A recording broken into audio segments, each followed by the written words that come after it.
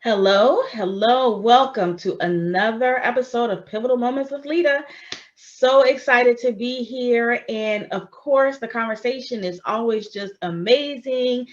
Hearing these different journeys and experiences of the guests are just always so wonderful. So today I am super excited to talk with Amber, find out about her pivotal moment, and just even share with you guys. I know a little bit about Amber, but I'm excited to even learn more myself. So Yeah.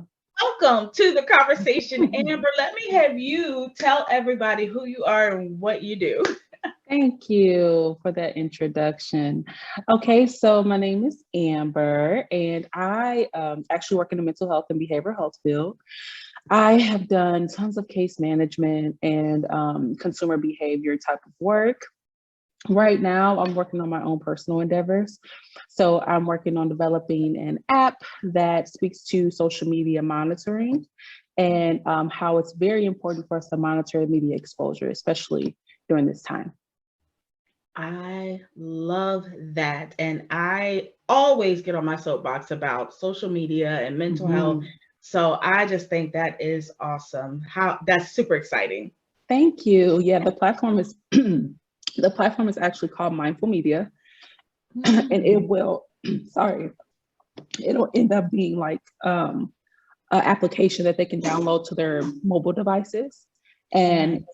time and actually monitor and set timers for media exposure. So, for instance, to give you an idea, say for instance, you're saying, hey, this week I only want to be exposed to media 5 times this week. Mm. So you'd be able to go in, set that timer, it'll alert you. And that's all social media platforms. So we're speaking to the Twitters and the Instagrams, the TikToks, the Facebooks, everything.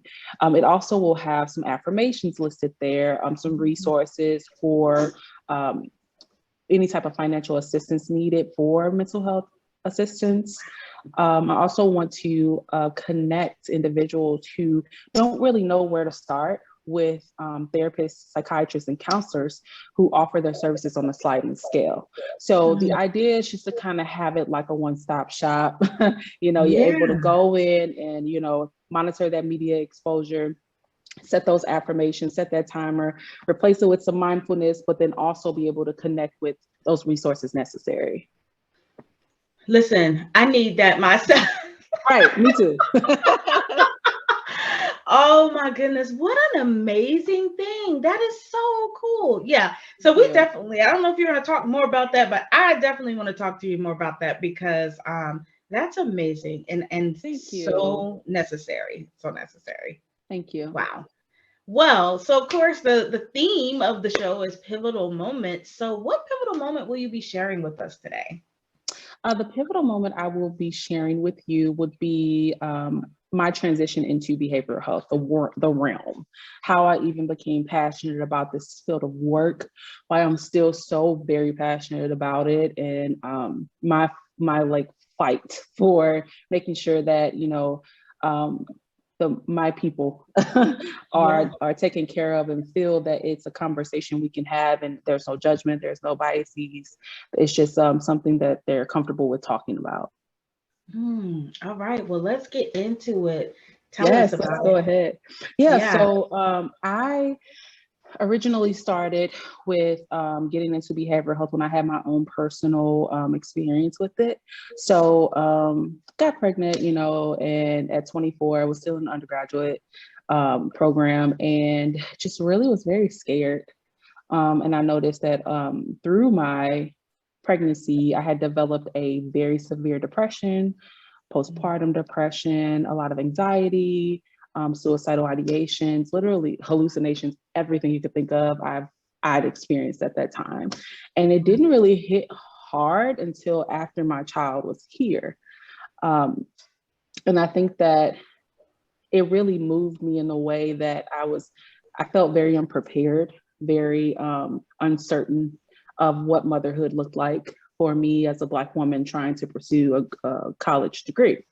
So just all of these like external factors involved, all of this internal um, introspection that I was doing at the time and not really feeling like I was upholding that standard of go to school, get your degree, get married, then have a family. And so it really did hit me hard. And I found myself in a very, very dark place. And I started to realize that, I wasn't the only one who felt that way. So once I actually started to understand that, I said, I need to figure this out. I need to dig deeper. I need to see if there are opportunities career-wise for me and how that looks. And then I went into case management.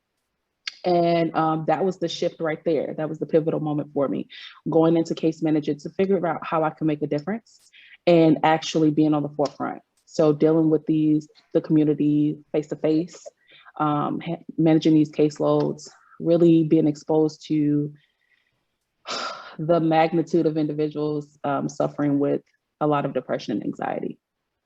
Wow.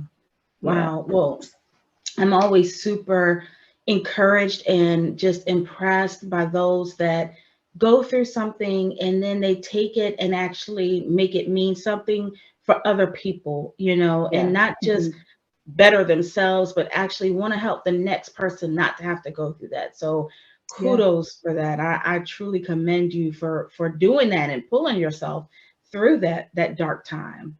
Thank you. Yeah, I didn't do it alone. It takes a village. Yeah. It certainly does. It took a lot of prayer and medication in my case. And that doesn't always work for everybody, but for me, it did. A lot of just meditation and sitting with myself and mindfulness and understanding that where I was is where exactly where I needed to be, and being okay with that. Yeah. So, we talk about the why or the thing you got from your pivotal moment, the unchangeable lesson, if you will, that you learned. So what was that you got from that? The unchangeable lesson. Oh, I love how you put that.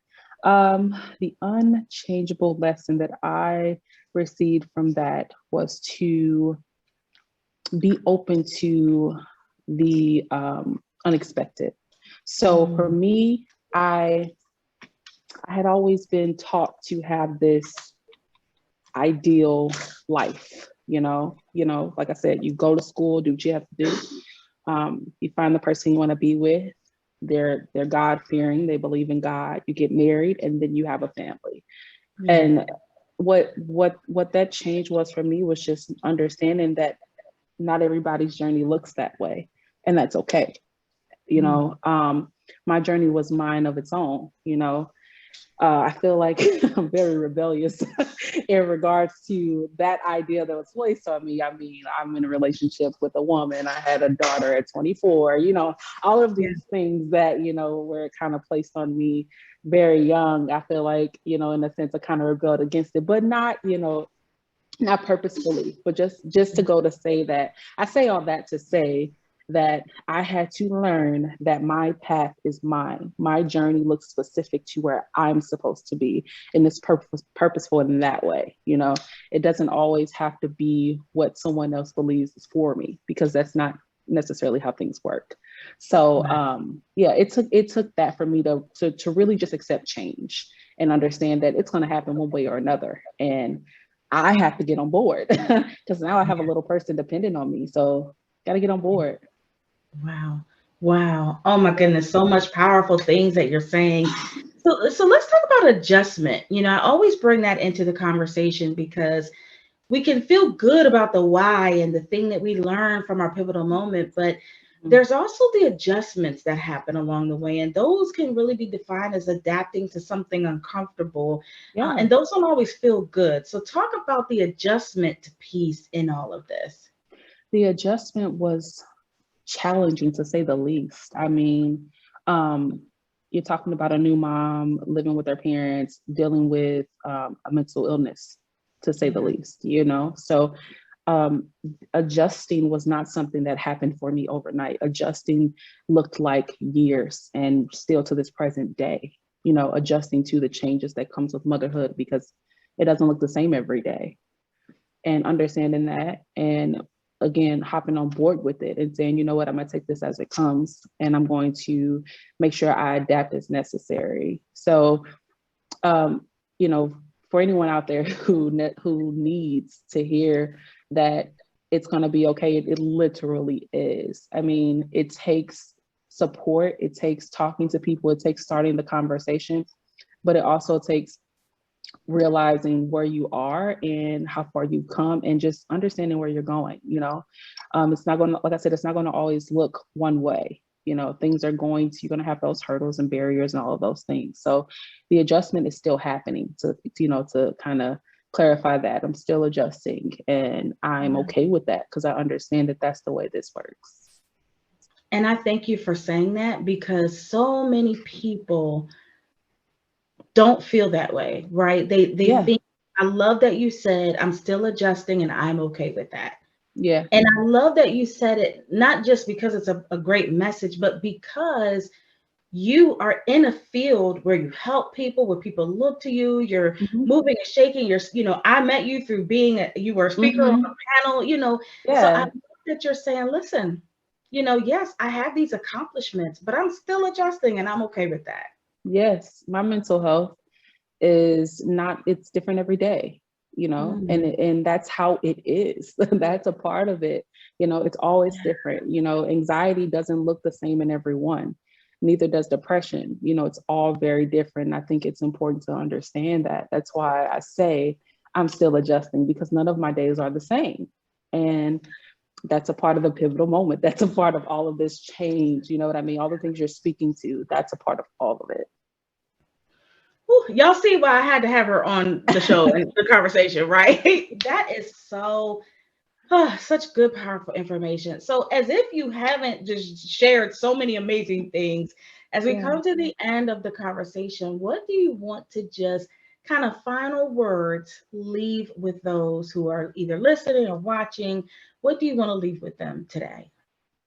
Be kind to yourself, give yourself credit, be patient with the process, be mindful, monitor your media exposure, but also understand that not everything happens overnight.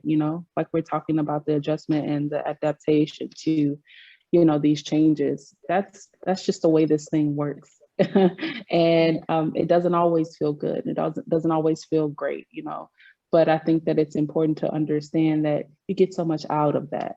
There are all these lessons that come with that. And I can honestly say that without experiencing that, I really don't know who I'd be. I don't feel that I would have much purpose without getting pregnant at 24, being diagnosed with major depressive disorder and anxiety, and then getting out there in the field. It actually gave me something to go after. So be kind and be patient and give yourself some grace. Wow. Excuse me. Beautiful, Yeah. beautiful words. I love that. And I'm so glad that you shared that. And where can people find you, especially if they want to find out more about this app that's coming? Where can people find you? So we're under construction right now because we're still working with our developers to get everything going. But if you just want to follow the journey just to see when things are going to be available, you can follow me at Mindful Media LLC on Instagram and on Facebook. So that's Mindful Media LLC. Perfect. And for my viewers, you will see it right there on the screen. I love it. Amber, thank you so much for stopping through, having this conversation, and just being transparent and sharing and dropping those gems. I know that there are people who are going to benefit from hearing what you have to say. I have benefited from what you have said today. Thank you. It was definitely more than a pleasure to be here, and I look forward to the future. Thank you so much. And as always, thank you to you all for tuning in to another episode of Pivotal Moments with Lita. We will see you next time.